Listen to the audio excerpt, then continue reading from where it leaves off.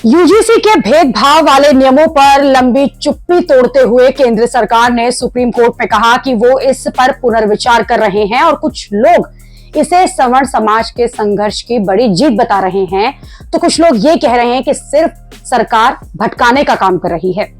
सीधे सीधे क्यों नहीं कहती कि इन नियमों को वापस लिया जाएगा, यानी कि यूजीसी नियमों को लेकर मोदी सरकार के लेटेस्ट स्टैंड को लेकर एक तरह अलग अलग बातें हो रही हैं। कोई कह रहा है कि बिहार की बांकीपुर वाली सीट हारने पर मोदी सरकार हिल गई है और इसी वजह से बीजेपी भूल को सुधारने में लगी है, क्योंकि बांकीपुर सीट समर प्रभाव वाली सीट थी।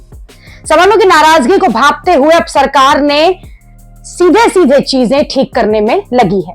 मोदी सरकार के इस नए स्टैंड को लेकर लोग ये भी कह रहे हैं कि ये कदम बेहतरीन है, क्योंकि एक लोकतांत्रिक प्रक्रिया में फीडबैक के बाद रिकंसिडरेशन करना किसी भी न्यायप्रिय सरकार की पहचान होती है। यूजीसी के नए नियमों के खिलाफ मुकर होकर बोलने वाले पत्रकार अजीत भारती ये कह रहे हैं कि 8 महीने बाद सरकार पुनर्विचार की बात कर रही है। प्रधान गया, इस पर भी पुनर्विचार हो रहा है। ये सब तो हमने जनवरी फरवरी में ही कहा था करने को। सरकार अभी ईडब्ल्यूएस के लिए भी आर्थिक सहयोग की घोषणा करेगी और मुझे उसके लिए आंदोलन करने की आवश्यकता नहीं है। मुझे लिखना और बोलना आता है और वही काफी है इन घमंडी लोगों के लिए। सामान्य वर्ग के लिए इनको आने वाले 3-4 महीनों में बहुत कुछ करना होगा।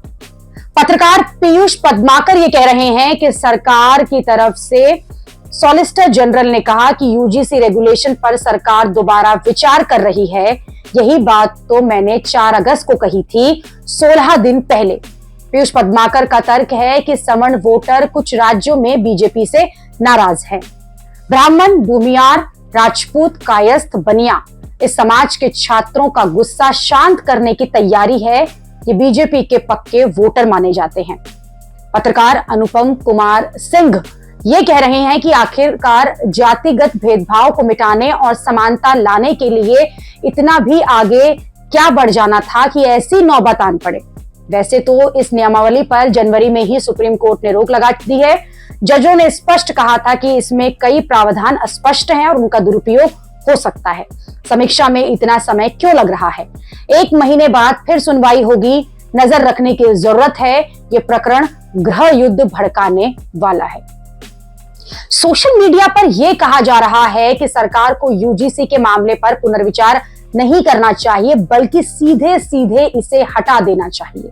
सवर्णों की आवाज को बुलंद करने वाली एक्टिविस्ट नेहा दास कह रही हैं कि हमें पुनर्विचार नहीं चाहिए, बल्कि इन गाइडलाइंस को हटा देना चाहिए। यूजीसी 2012 के नियम पहले से ही SC/ST स्टूडेंट्स को प्रोटेक्ट करने वाले बने हैं, इसलिए नए नियमों की कोई जरूरत नहीं है।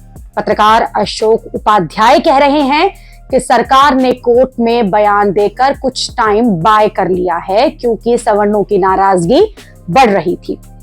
लेकिन यूजीसी के नियमों को वापस लेने से ओबीसी और SC/ST जो हैं, वो बहुल सीटों पर नुकसान होने का रिस्क भी है। यूपी में चुनाव आने वाले हैं, बीजेपी को दोनों ही तरफ देखना होगा। कुल जमा निचोड़ यही है कि सरकार यूजीसी के मुद्दे को टाल रही है, क्योंकि पुनर्विचार करने के लिए इतना टाइम नहीं लगता। सरकार यूजीसी के नियमों को सिर्फ ठंडे बस्ते में डाल सकती है कि इसे कैंसिल भी नहीं कर सकती, क्योंकि इससे दूसरा पक्ष नाराज हो जाएगा। इसलिए मोदी सरकार ने सिर्फ एक स्टंट मार दिया है, यह दिखाने के लिए कि उन्हें सवर्णों की नाराजगी की चिंता है। वो कुछ ना कुछ इस मामले पर, इस मुद्दे पर कर रही है। जबकि आप ये देखिए कि यह मामला जनवरी का है, अभी अगस्त आ गया है, फिर भी सरकार कोर्ट में यही कह रही है कि हमें और वक्त चाहिए। ये वक्त दरअसल यूपी चुनाव के लिए मांगा जा रहा होगा। सरकार ने जो सुप्रीम कोर्ट में कहा, वही बात अब सवर्ण वोटरों को जाकर कही जाएगी। ये बताया जाएगा कि सरकार तो इस पर विचार कर रही है।